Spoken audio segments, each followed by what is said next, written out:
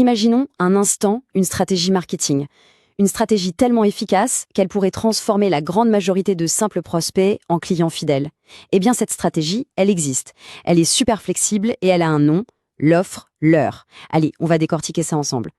Cette question, elle peut sembler un peu folle, presque utopique, mais elle touche au cœur d'un problème que toutes les entreprises connaissent. Comment on fait pour transformer un simple intérêt en un véritable achat? C'est pile la mission de l'offre-l'heure. Alors, c'est quoi exactement ce truc? En gros, c'est une tactique psychologique qui se joue en deux temps.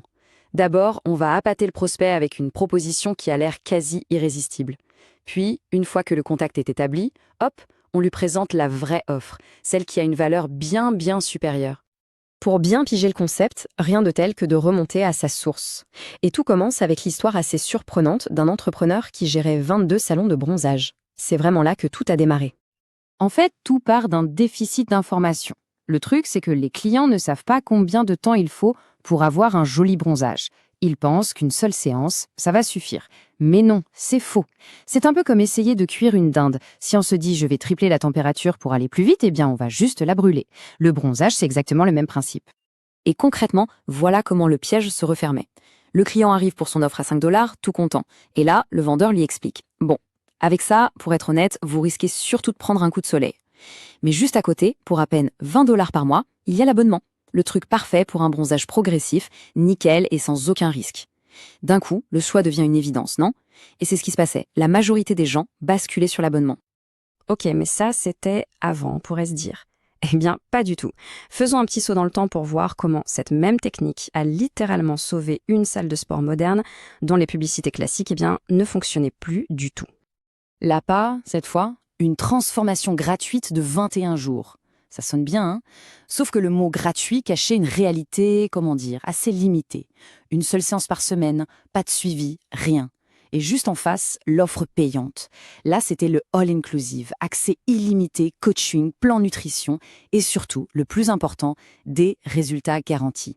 Tout à coup, le gratuit a l'air très cher quand on le compare au manque de résultats. Et ça marche. Le but est souvent le résultat, c'est exactement ce qu'on voit ici. Quand la stratégie est bien menée, 70 à 80% des gens ne prennent même pas le leur. Ils foncent directement vers la valeur. C'est la preuve ultime que le contraste créé est assez puissant. Bon, assez de théorie. Comment on applique ça concrètement? Voici le plan d'action, décomposé en quelques étapes toutes simples à suivre. Le processus est vraiment simple, en 3 temps. D'abord, on appâte avec une offre light, une version de base. Ensuite, crucial, on présente les 2 options, l'une à côté de l'autre. Et enfin, on surcharge l'offre premium de valeur, des bonus, des garanties, tout ce qu'il faut pour rendre le leurre presque ridicule en comparaison. Et voilà la règle d'or. Le vrai secret, il est là. Si les gens choisissent le leur, ce n'est pas un succès, c'est un échec. Ça veut dire une seule chose, le contraste de valeur n'est pas assez fort. L'écart entre les 2 offres ne doit pas juste être grand, non, ça doit être un gouffre. Pour pousser le bouchon un peu loin, imaginez un stand de limonade. D'un côté, on propose une limonade gratuite, de l'eau tiède avec une poudre chimique. De l'autre, on vend une vraie limonade, artisanale, bio, avec des citrons d'Italie, livrée à domicile. Bon, le choix n'en est plus vraiment un, on est d'accord? C'est précisément cet effet de non-choix qu'il faut réussir à créer. Mais attention, l'offre ne fait pas tout. La manière de la présenter est absolument fondamentale. Penchons-nous un peu sur la psychologie commerciale qui fait que tout ça fonctionne.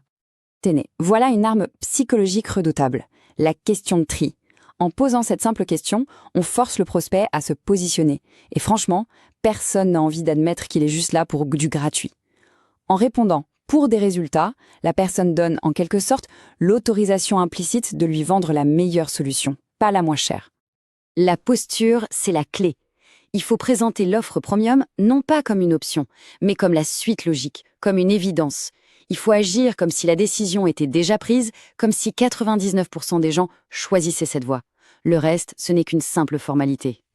Et pour enfoncer le clou, on peut guider la décision avec des questions qui ne laissent aucune place au doute. Remarquez bien, aucune de ces questions ne mentionne le prix. On parle d'objectifs, de rapidité, de préférence. Et logiquement, la réponse est toujours l'offre premium. Le cerveau est ainsi orienté vers la valeur et non plus vers le coût.